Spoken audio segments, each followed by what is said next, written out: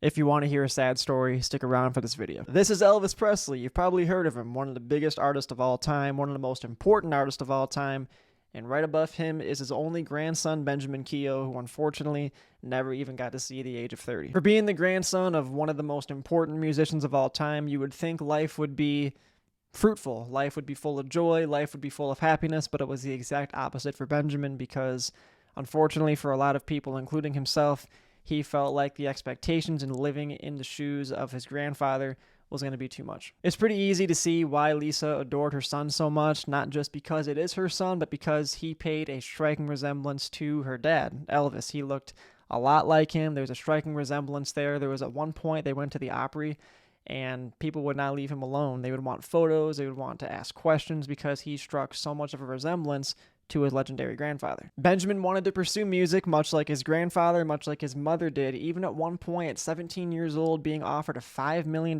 contract by Universal because they had thought, this dude's a Presley, obviously he's going to be something great. To this point, no music has ever been released from Benjamin. I'm not sure he even recorded anything for that matter, but it's not a fault of Universal to offer him said money because, again, music runs in a lot of people's families, and to be the grandson of Elvis, you could see why they were excited to have someone like that want to pursue music. The biggest thief of joy will always be comparison. Comparing yourself to others is the quickest way to find yourself depressed, and unfortunately for Benjamin, he had it in his head that he had to live up to his grandfather's name, and it got him to a point where he was so depressed that he ended up taking his own life in 2020. Many of folks have said they were not surprised to learn that Benjamin was depressed throughout his 20s, seeing what his mom was going through with the financial burden of being swindled out of millions of dollars, her mom, Priscilla, having to step in and try to help out, on top of that comparison living in Benjamin's head of trying to live up to his grandfather's name, even though realistically people should have expectations that are not that.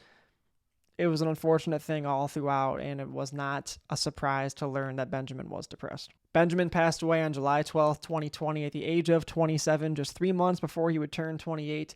His mom passed away just 2.5 years later. Both of them are now buried in meditation gardens at Graceland with the rest of the Presley family. This example, among many, proved to you how real that quote that I said earlier will always stand. Comparison is the ultimate thief of joy.